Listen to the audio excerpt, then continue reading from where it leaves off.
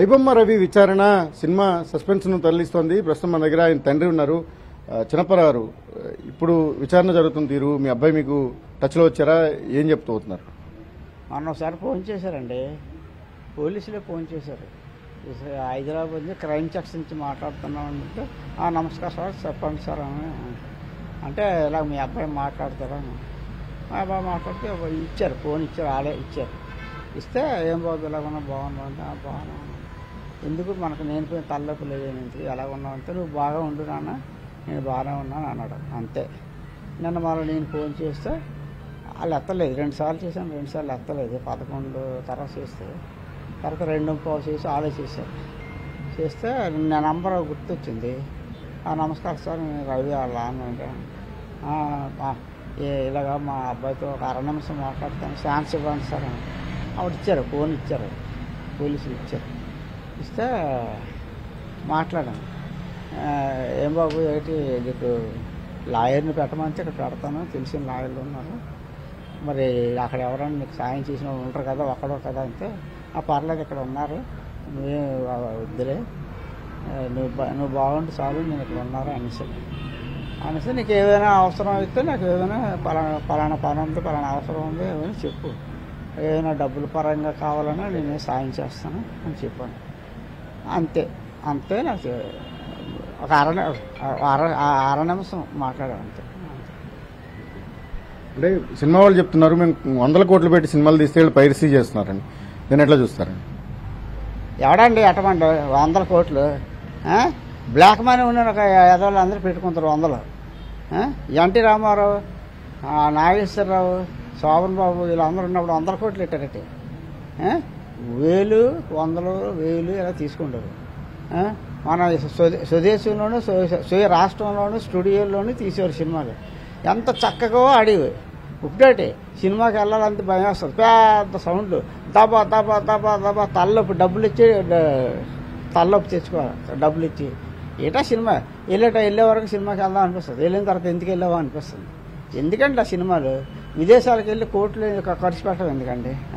Waste కదా. వాళ్ళ కోట్లు ఇవ్వడం ఎందుకండి? నేను మొన్న ఒక విలేకరు వస్తే ఇదే చెప్పాను. ఎందుకంటే కోట్లు ఇవ్వడం? చిన్న చిన్న యాక్టర్లు ఉన్నారు, సుమన్ ఉన్నారు, ఎవరో మన తట్టంపూడి రవి ఎవరో ఉన్నారు, తట్టంపూడి వేణు ఉన్నారు, సుమన్ ఉన్నారు, తర్వాత రాజశేఖర్ ఉన్నారు.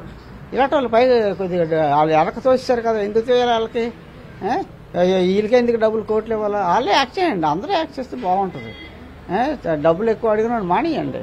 లేదంటే నేను మొన్న చెప్పాను అలాగే. ఏంటంటే ఆంధ్ర యూనివర్సిటీలు ఉన్నాయి, మన రాష్ట్రంలోని దేశంలోని ఎన్నో యూనివర్సిటీలు ఉన్నాయి, కాలేజీలు ఉన్నాయి.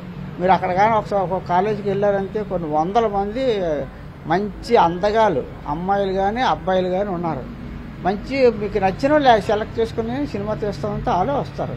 ఫ్రీగా యాక్ట్ చేసిన వాళ్ళు ఉంటారు కొంతమంది, తక్కువకి ఇచ్చినా యాక్షన్ చేస్తారు. తీయండి. ఇప్పుడు ఆరేమో ఆకాశం నుంచి ఊడిపడలేదు కదా, వీళ్ళు తీస్తే 2 సినిమాలు అలవాటు అయిపోతే బాగుంటుంది. పవన్ కళ్యాణ్, నాగార్జున అసలు బాగుండేరు స్టార్టింగ్లోనే. మీరు చూడండి స్టార్టింగ్ సినిమాలు ఎలా ఉంటుందో. వాళ్ళ మనుషులు మామూలుగా ఉండేరు. వాళ్ళు చెప్పండి పర్వాలేదు, నేను విమర్శించరు కాదు. ఆ పాత సినిమాల్లో చూసి మీరు ఆ బొమ్మని మీరు చూడండి. అలాంటి వాళ్ళు రాణించారు. ఏమి ఇలాంటి వాళ్ళు రాణించరా? రాణిస్తారు, వాళ్ళు రాణిస్తారు. అల్లు రామలింగయ్య కూతుర్నిచ్చాడు కాబట్టి చిరంజీవి రాణించాడు, ఆయన వెనకాతలు ఉండి. మరి చిరంజీవి తమ్ముడు కాబట్టి ఆ తమ్ముడిని రాణించారు. అంతేగాని ఇది అంతా వారసత్వంలాగా అయిపోయింది, కానీ మామూలుగా ఇవ్వలేదు. అందుగురించి కోట్లు వాళ్ళకి ఇవ్వక్కర్లేదు, కోట్లు ప్రజల మీద రుద్దక్కర్లేదు. ఏడ్సా ఇప్పుడు సినిమాకి నాకు ఇష్టం ఉండదండి అనుకుందాం, నాకు ఇష్టం లేదు వెళ్ళడానికి, కానీ పిల్లం పిల్లడే ఊరుకోరు. నేను కాదు, ఎవరైనా జెంట్స్ ఉన్నారు ఇంట్లో, పెద్దోడు ఉంటాం మగతను, ఆయన ఎలా వద్దు సినిమాకి సరిపెట్టుకున్నా భార్య పిల్లలు ఊరుకోరు. సినిమాకి అంటారు, ఆల్టర్ చేస్తారు. సినిమాకి తీసుకెళ్తే ఈ కరువు రోజుల్లో సినిమా తీసుకెళ్తే ఎంత అవుతుంది మీకు తెలుసు కదా. మా ఎన్నాళ్ళ కొత్త సినిమా వచ్చినా సరే పాత సినిమా అయినా రేటు ఒకలాగే ఉండేది. 40 పైసలు టికెట్ ఉండేది, 40 పైసలే. బస్సు ఎక్కి 40 పైసలు టికెట్ చేసి మళ్ళీ అటు ఇటు బస్సు మీద వదిలిస్తే రూపాయితో అయిపోయేది, ఒక్క రూపాయితోనే. ఇప్పుడేటండి 100 అయిపోతున్నాయి సినిమాకి వెళ్తే. కొంచెం పెరగచ్చు. అలాగే అప్పుడే ఆ కూలి అలా ఉండేది కాదు కదా, అప్పుడు కూలు రేట్లు జీతాలు ఎలా ఉండేవి కాదు కదా, కొంచెం పెంచుకోవచ్చు. ఇదేటండి వందలేటండి ఒక్కొక్క సినిమా టికెట్లోనే 4 పిల్లలు ఉన్నోళ్ళు భార్య అని తీసుకుని వెళ్తే ఈయన మొత్తం 5 వెళ్ళారనుకోండి ఆడ మటాస్ ఈ నెలల సంపాదించంత మటాస్ తిన్నంతకి ఎలా వస్తుంది. అంటే ఇప్పుడు రవి చేసిన పని మంచిదేనని కొంతమంది చెప్తున్నారు, ఆయనకు మద్దతు కూడా వస్తుంది. మీరేమంటారు, మీరు ఏ విధంగా చూస్తారు దీన్ని? మద్దతు అంతా ఇలాంటి పేదోళ్ళు మద్దతు పలుకుతారండి. నేను ఈ రవి చేసిన పని మంచిది చెడ్డదని నేను అన్నాను. నాకు ఇంతవరకు నాకు అది ఏడుతో కూడా తెలదు. ఇప్పుడు ఈ విలేకరులు చెప్తేనే ఆ ఐ బొమ్మలు అవి ఉన్నాయని నాకు తెలిసింది, లేకపోతే ఆ ఐ బొమ్మలు ఏంటో నాకు తెలదు. ఆ పేరు కూడా వినలేదు ఎప్పుడు. కాబట్టి పేదవాడు చెప్తాడండి, ఆడు డబ్బున్నోడు చెప్పడండి. ఎందుకు డబ్బున్నోడికి ఆడు లెక్క ఉండదు. హ్యాపీగా వెళ్తారు, డబ్బుకి పారేస్తారు, చూస్తారు, వచ్చేస్తారు. లక్ష్యం లేదు, అడ్డుగా వచ్చేస్తుంది. అలా ఆడిపోయి తీడిపోయి వేసేసి వచ్చేస్తారు. కష్టపడి చేసినట్టుగా అంతాడు ఆడికి పేదవాడు కాబట్టి సులువుగా అవుతుంది కదా. ఆడు బాధ ఆడు చెప్తాడు, తప్పే ఉండేది ఇందులో. కానీ సినిమా తీయడం తప్పు రైట్ అని కాదు, పేదవాడు చెప్పింది మాత్రం కరెక్ట్.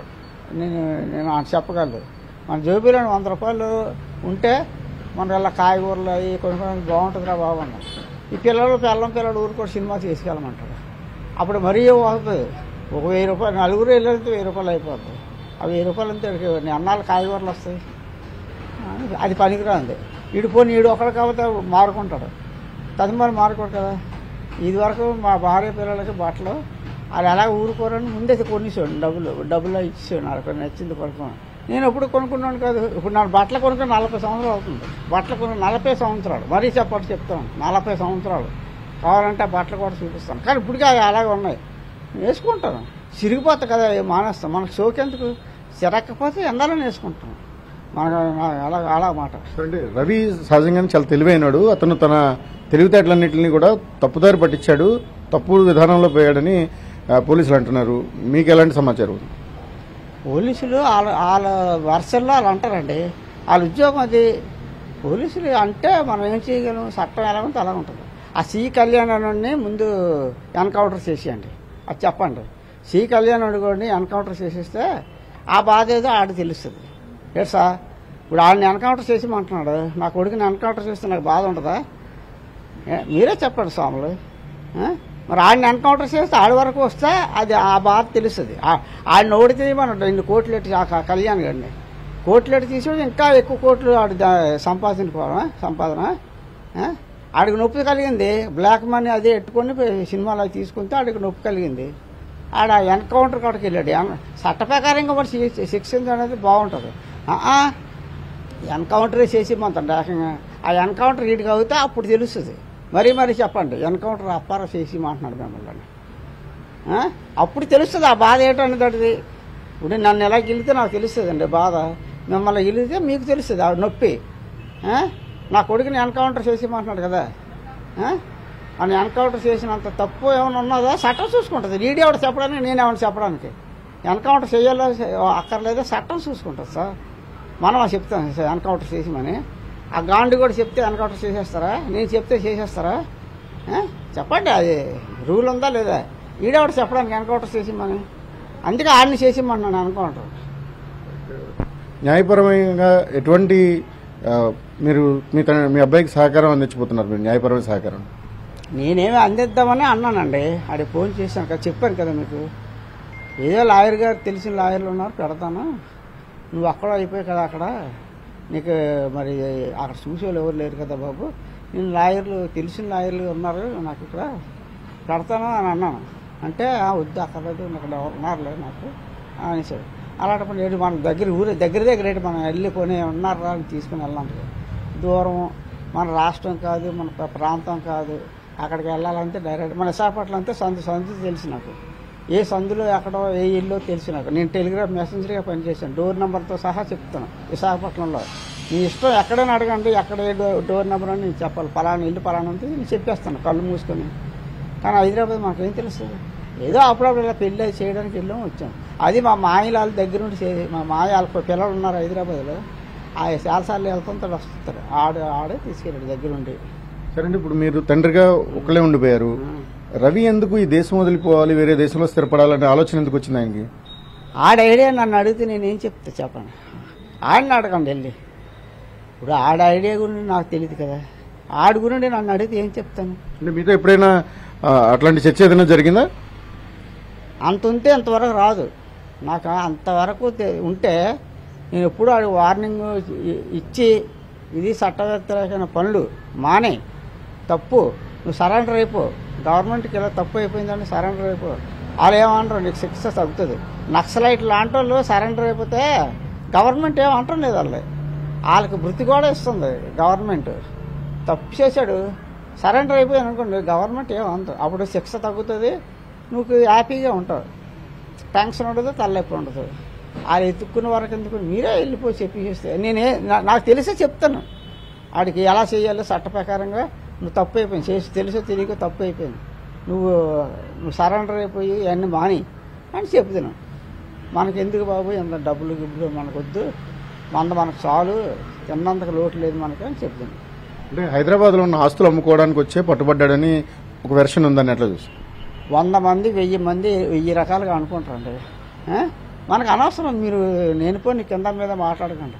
ఆడి గురించి నేను పోయి నన్ను అడిగితే నేనేం చెప్తాను, నాకు తెలిసినవే నేను చెప్తాను, తెలియని నేను చెప్పలేదు. ఓకే. రవికి సంబంధించి ఏదైతే సినిమా నిర్మాతలు చేస్తున్న వ్యాఖ్యలు ఉన్నాయో, ప్రధానంగా సి కళ్యాణ్ లాంటి నిర్మాతలు చేస్తున్న వ్యాఖ్యలు ఉన్నాయో వాటన్నింటిని కూడా అప్పారావు తప్పుపడుతున్నారు. పోలీసులు చట్టపరంగా ఏవైతే నిర్ణయాలు ఉంటాయో వాటిని అమలు చేస్తారు, కానీ సినిమా వాళ్ళు ఈ నిర్ణయాలు తీసుకోవాల్సిన అవసరం లేదు, చట్టాన్ని చట్టం ఏం చేయాలో చెప్పాల్సిన అవసరం లేదని అప్పారావు అంటున్నారు. రవితో రవిచంద్రన్ టీవీ, విశాఖపట్నం.